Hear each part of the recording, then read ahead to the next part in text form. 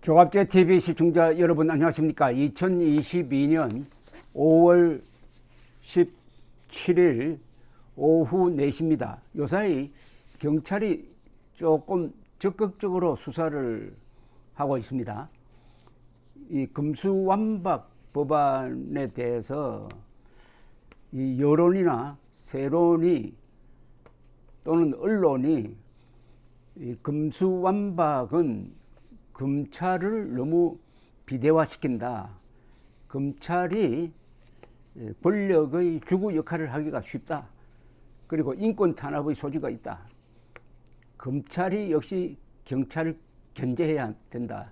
이런 이야기가 많이 나오니까 경찰로서는 상당히 자존심 상한 면이 있을 것입니다. 그래서 경찰도 검찰처럼 독립적 수사를 할 수 있다.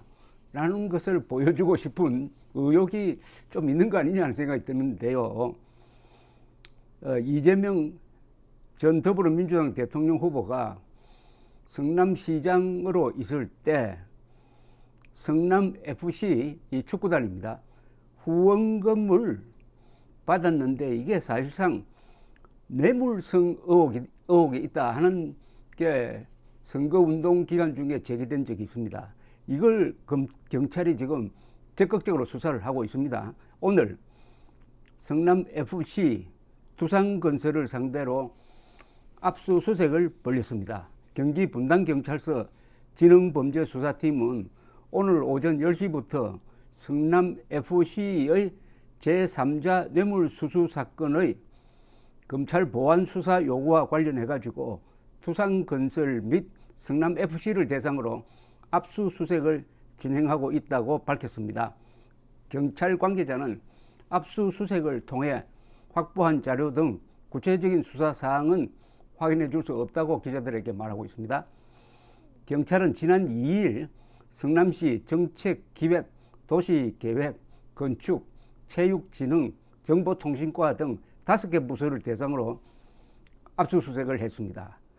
그러나 후원금을 받은 주체인 성남FC와 후원금을 낸 기업을 상대로 압수수색을 한 것은 오늘이 처음입니다. 상당히 입체적 수사를 하고 있다는 거죠. 이 성남FC 부당 후원 의혹은 이재명 전 후보가 성남시장 재직 때인 2014년에서 2017년 사이 두산건설, 네이버 농협, 분당차병원, 현대백화점, 알파돔시티 등 관내 6개 기업으로부터 160억 여원의 후원금을 유치하고 건축 인허가와 토지 용도 변경 등의 편의를 제공했다는 의혹입니다. 그러니까 뇌물성이 있다는 거죠. 단순한 후원금이 아니라는 거죠. 이 장영하 변호사는 2018년 6월 성남FC 후원금 의혹과 관련해 이재명 전 후보와 성남시 공무원, 성남FC 대표이사 등을 제3자 뇌물죄 위반 혐의로 고발한 바가 있습니다. 경찰은 지난해 9월 이 전 후보 등에 대해 불송치 결정을 했지만 말하자면 불기소 결정을 했다는 겁니다. 고발인 측이 이의를 제기해가지고 이 사건이 수원지검 성남지청으로 넘어갔습니다. 이 과정에서 친정권 성향인 박은정 성남지청장과 수사검사 사이에 이견이 있어가지고 이게 바깥으로 알려졌습니다. 그래서 성남지청은 지난 2월 분당경찰서에 보완수사를 요구를 했습니다. 즉 불송치, 불기소 결정 이건 받아들일 수 없다. 수사를 다시 하라고 요구를 했고 경찰은 이에 따라서 최근 강제수사에 착수한 겁니다.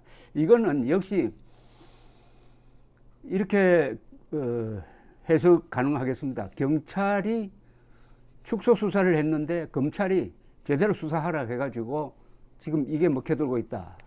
그럼 금수완박이 됐을 때 검찰이 이런 식으로 경찰을 지휘할 수 있느냐 하는 문제가 이제 남게 되는 거죠.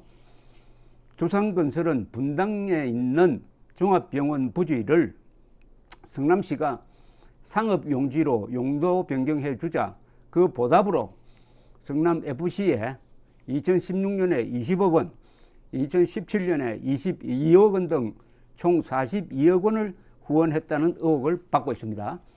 당시 성남시는 병원 부지 용도를 업무시설과 근린생활시설로 바꿔주면서 기본 용적률을 250%에서 2배가 넘는 670%로 높여주었습니다.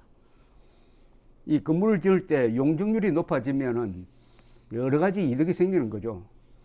그 건물 공간이 그렇게 넓어지고 그걸 가지고 돈을 벌 수 있으니까. 대선 과정에서 국민의힘은 성남시가 기본 용적률을 상향하면서 전체 부지 면적의 10%만 기부 체납받아서 두산그룹에 막대한 이익을 몰아주었다고 주장했고, 민주당은 두산그룹 사옥 유치는 실용주의를 앞세운 이재명 후보의 기업 유치 성과라면서 장기간 개발되지 못하고 방치되어 있던 의료시설 용지를 상업용지로 변경해서 7개 두산그룹 계열사를 유치한 것이라고 해명한 바가 있습니다. 경찰은 성남시에 대한 법원의 압수수색 영장을 받으면서 제3자 뇌물죄 피의자로 이전 후보를 적시한 것으로 파악되고 있다고 조선닷컴 전했습니다. 제3자 뇌물자, 직접 받은 것은 아니지만은 FC로 준 후원금이 사실상 그것은 이재명 후보에게 전달된 것과 거의 비슷한 의미가 있다. 그래서 제3자 뇌물죄를 일단 적용하고 수사를 하고 있다는 이야기입니다. 경찰은 성남시 압수수색에서 이전 후보가 직접 결제한 문건을 포함하여 수십 건의 성남FC 관련 결제 문서도 확보한 것으로 전해졌습니다. 그런데 이재명 전 후보는 지금 인천에서 국회의원 보궐선거에 출마를 했습니다. 그런데 이분이 피의자로 적시된 것이 이게 처음이 아니고 그 전에 또 한 번 있었습니다. 그 유명한 법인카드 횡령 의혹 사건에 있어서 그때도 경찰이 경기도를 상대로 압수수색을 하면서 압수수색 영장에 이재명, 김혜경 부부에 대해서 피의자로 적시를 했습니다. 피의자로 압수수색 영장에 그렇게 적어놓았다는 거죠. 그러니까 두 사람에게 5억 5천만 원 가량의 국고 손실 혐의를 일단 걸고서 피의자라고 했다고 합니다.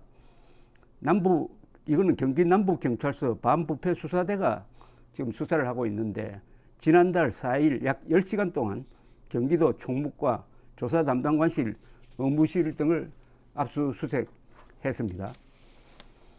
국민의힘은 작년 12월에 이재명 씨 부인 김혜경 씨가 음식 배달과 집안일 등 사적 심부름에 경기도 공무원을 동원하고 개인 음식값을 경기도 법인카드로 결제하거나 다른 사람 명의로 불법 처방전을 발급받게 한 의혹 등이 있다면서 이재명 후보 그리고 부인 김 씨 또 전직 경기도 5급 비서관 배모 씨 등을 국고손실, 직권남용 등 혐의로 대검찰청에 고발한 바가 있었습니다.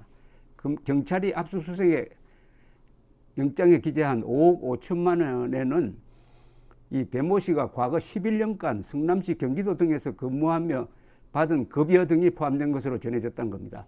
그러니까 나라로부터 돈을 받아가지고 나라를 위해서 일하지 않고 개인인, 사인인 김혜경 씨를 위해서 일했으니까 이 월급만큼은 이게 사실상 횡령된 것 아니냐 하는 그런 취지입니다. 국고 손실을 그마침 일으켰다는 뜻인 것 같습니다. 당시 경찰 관계자는 압수수색 영장에 이재명 전 후보를 피의자로 기재한 것에 대해서 피고발자 신분에서 피의자로 단순 전환된 것이다 라고 했고, 법조인들은 이 공무원 배 씨의 급여 지급 내역 규명 등 경찰의 수사 범위가 넓은 것으로 보인다고 한 바 있습니다. 지난 4월 11일 경기도는 업무추진비 부당집행 관련 특정감사 결과를 발표를 했는데 사적 사용이 없인되는 내용이 최소 공공권 그리고 공공공공 천원에 이른다는 식으로 밝혔는데 경기도가 비공개로 이를 붙였지만은 적발된 건수는 최소 70에서 80건, 액수는 700만 원에서 800만 원 정도인 것으로 알려졌다는 게 언론 보도입니다. 이재명 전 후보 측은 언론에 정상적으로 지급된 B씨의 월급까지 횡령 금액에 포함해가지고 의혹을 부풀렸다라고 반발을 하고 있습니다. 이렇게 해서 계속 피의자, 제3자 뇌물죄, 국고손실죄 등의 혐의를 받고 있는 이재명 씨는 이제 국회의원이 되렸고 지금 뛰고 있습니다. 국회의원이 되면은 뭐 몇 가지 특전이 있습니다. 그 중에 불체포 특권, 회기 중에는 불체포 특권이 적용되는 등 여러 가지 편의가 보장되는데, 그래서 어떤 사람들은 지금 일종의 도피 계획을 세우고 있다. 피신처로 국회를 이용하고 있다 하는 비판도 받고 있습니다. 이런 것 다 감안해가지고 유권자들이 이번 선거 때 현명한 판단을 내려야 할 것입니다. 감사합니다.